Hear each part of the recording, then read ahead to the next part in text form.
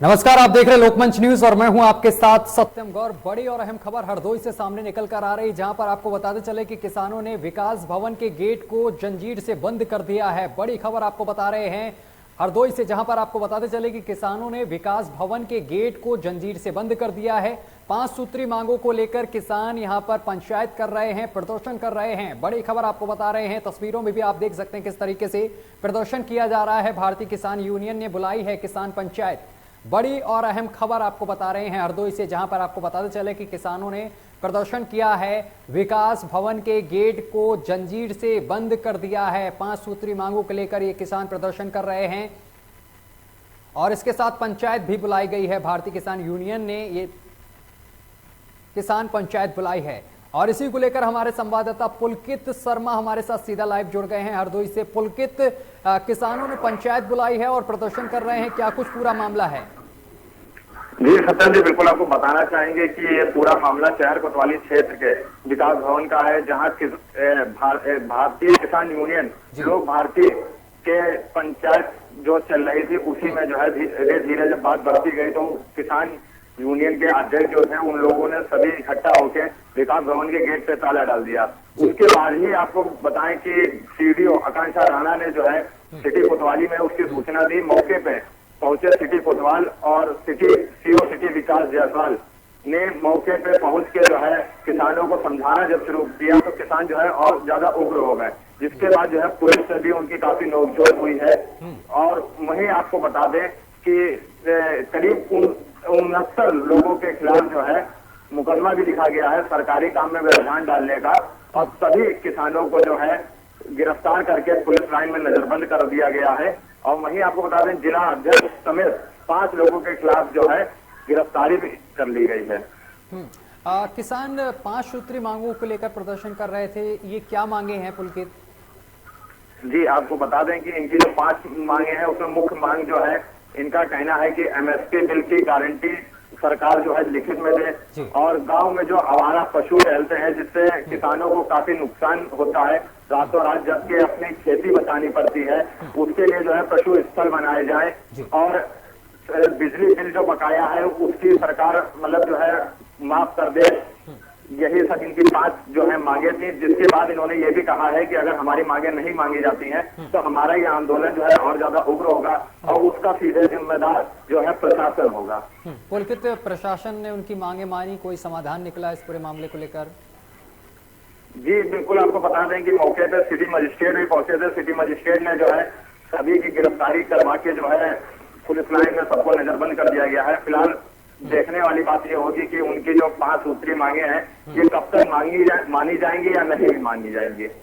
बिल्कुल पुलकित, एक तरफ तो बेहद नजदीक चुनाव भी आ रहा, 2022 का विधानसभा चुनाव, और एक तरफ किसानों को समझाने में सरकार पूरा प्रयास कर रही है, और दूसरी तरफ फिर एक बार किसान उग्र हुए हैं, 5 सूत्री मांगों को लेकर प्रदर्शन कर रहे हैं। और जायज़ बात है कि किसानों की जो फसलें हैं वो आवारा पशुओं से खराब हो रही हैं, नष्ट हो रही हैं, जिससे कि किसानों को भारी नुकसान भी झेलना पड़ रहा है। इसको लेकर कोई कदम सरकार उठा रही है क्या?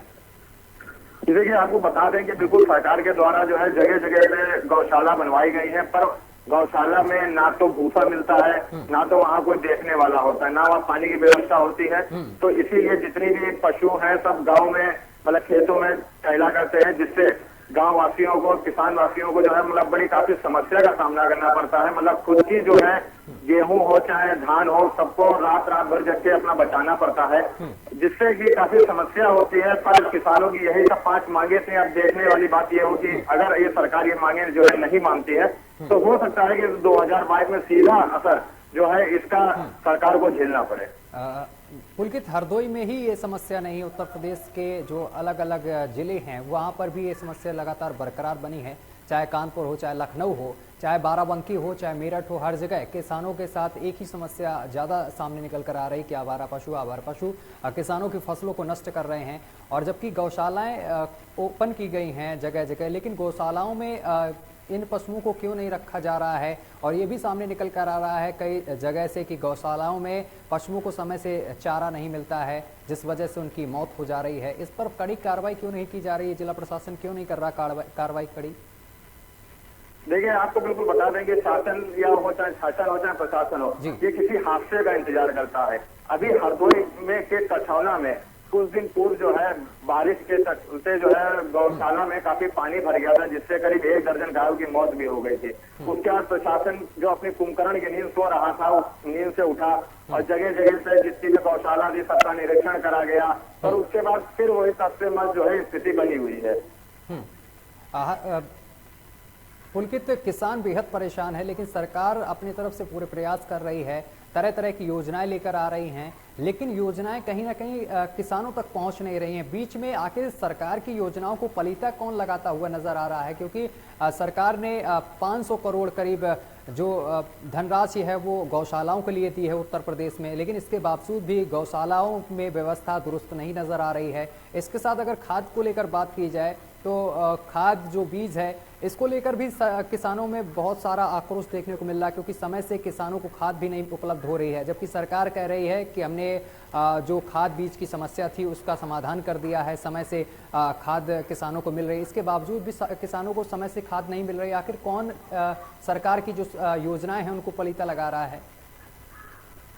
देखिए, आपको बिल्कुल बताना चाहेंगे कि सरकार की तरफ से खैर बहुत सारी सुविधाएं आती हैं, पर जब नीचे आते आते जो है नीचे तक नहीं पहुंच पाती हैं, जिससे जो है काफी समस्या सीधे आम जनता को उठानी पड़ती है। रही बात गौशाला की, तो गौशाला में ऐसा नहीं है कि ऊपर से प्रशासन शासन की तरफ से जो है वो व्यवस्था नहीं करी जाती, व्यवस्था जरूर करी जाती है, पर गौशाला तक पहुंचते पहुंचते आधा भूसा तो जो है प्रधान के घर पहुंच जाता है, वहीं जो थोड़ा बहुत बचता है वो सेक्रेटरी के घर पहुंच जाता है। सबकी मिली भगत से जो है ये व्यापार चल रहा है। पर अब देखने वाली बात ये होगी कि अगर ये स्थितियां ऐसे बनी रहेंगी तो इसका सीधा असर जो है 2022 के चुनाव में सीधे सरकार को झेलना पड़ेगा।